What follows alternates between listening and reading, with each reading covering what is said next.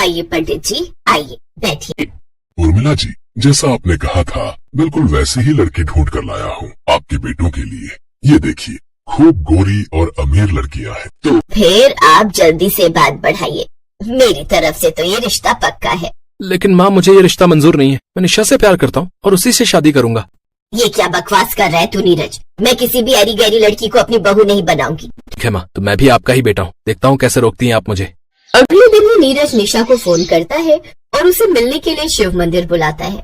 तुम जल्दी से शिव मंदिर पहुँच जाओ निशा। लेकिन नीरज, निशा जैसा कहता हूँ वैसा करो। निशा शिव मंदिर पहुंचती है जहां दोनों शादी कर लेते हैं। फिर नीरज निशा को बहू बनाकर घर ले आता है। काले रंग की निशा को देख उर्मिला को बहुत गुस्सा आता है और वो दरवाजे पर खड़ी निशा को खूब खरी खोटी सुनाती है। तुझे यही गरीब कल्लो मिली थी लाने के लिए? अरे कम से कम हमारे खानदान की इज्जत का ख्याल किया होता। माँ, अब ये इस घर की बहू है, इसका स्वागत तो करो।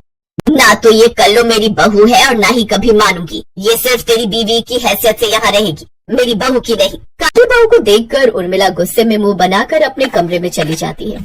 कुछ दिनों बाद वो अपने छोटे बेटे की शादी एक अमीर घर की लड़की सुनैना से कर देती है। सुनैना का रंग काफी गोरा था, वो दिखने में भी काफी सुंदर थी। उर्मिला बड़े प्यार से गुलाब के फूलों की पत्तियां बिछाकर उसका स्वागत करती है। साथ ही ऊपर की ओर से भी उसके ऊपर फूलों की बारिश करवाती है। अपना ऐसा शानदार स्वागत देखकर जहाँ गोरी बहू किंजल बहुत खुश होती है, तो वहीं निशा को बड़ा बुरा लगता है। वाह सासू माँ, आपने तो क्या शानदार स्वागत किया है मेरा।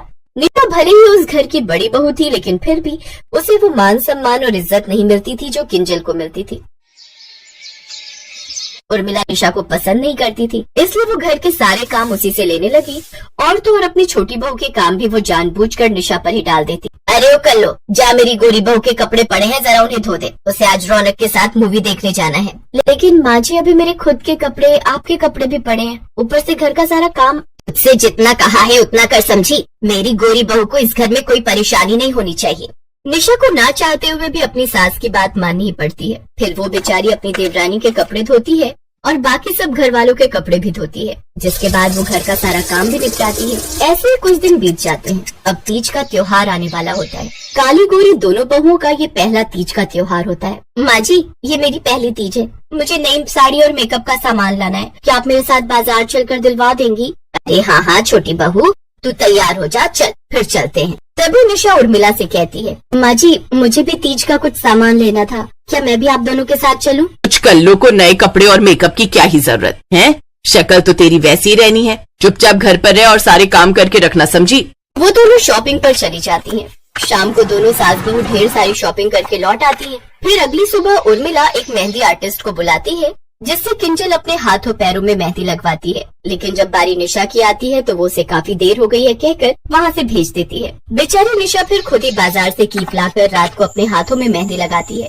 अगले दिन दोनों बहुएं तीज का व्रत रखती हैं। दोनों बहुओं के घर से तीज का सामान आता है। छी, ये देखो, इस कल्लो के मायके वालों ने सिंधारा के नाम पर तीज में खाली आधा किलो मिठाई का डब्बा भेजा है और एक ये सड़ी हुई 2 साड़ी भेज दी। और ये देख, किंजल के मायके वालों ने 4 किलो मिठाई और 5 साड़ियाँ और ये 7 सज्जा का सामान, फल, कितना कुछ भेजा है। माँ जी, मेरे माँ बाबा की जितनी औकात थी उससे ज्यादा उन्होंने भेजा है। आपको पता है जो साड़ी उन्होंने आपको भेजी है, इतनी महंगी साड़ी उन्होंने आज तक खुद के लिए भी नहीं ली। क्या सच में? अरे इससे तो अच्छी साड़ी हमारे घर की नौकरानियां पहनती हैं। खैर तुम लोगों से और उम्मीद भी क्या ही रखे। सासू माँ, आप ये साड़ी इस कल्लो को ही लौटा दो, आप मेरी 5 साड़ियों में से कोई एक रख लो। इस तरह वो निशा की साड़ी न लेकर गोरी बहू के मायके से आई साड़ी रख लेती है। वाह वाह, ये वाली मुझे पसंद है, इसे मैं रख लेती हूँ। अरे ओ कल्लो, अब यहाँ खड़ी खड़ी मेरा मुंह क्या देख रही है? जा मेरे लिए जाकर चाय बना कर ले आ, और तू मेरी गोरी बहू यहाँ आकर बैठ। सचमुच आज तो तू बिल्कुल चांद का टुकड़ा लग रही है। रुक, मैं तुझे काला टीका लगा दूं। Oh how sweet of you माँ जी। वो दोनों सास बहू सोफे पर बैठकर हंसकर बातें कर रही थी। छोटी बहू, मेरे पैर में बहुत दर्द हो रहा है, जरा दबा देना तो। क्या मैं?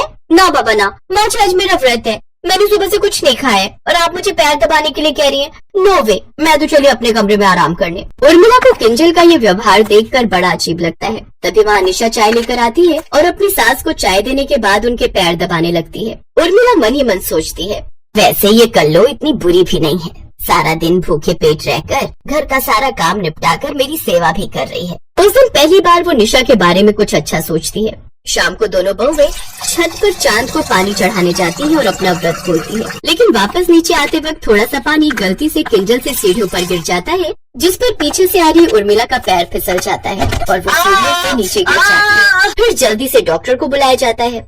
इनकी रीढ़ की हड्डी पर चोट लग गई है, अब कुछ दिनों तक इन्हें बेड रेस्ट पर ही रहना होगा।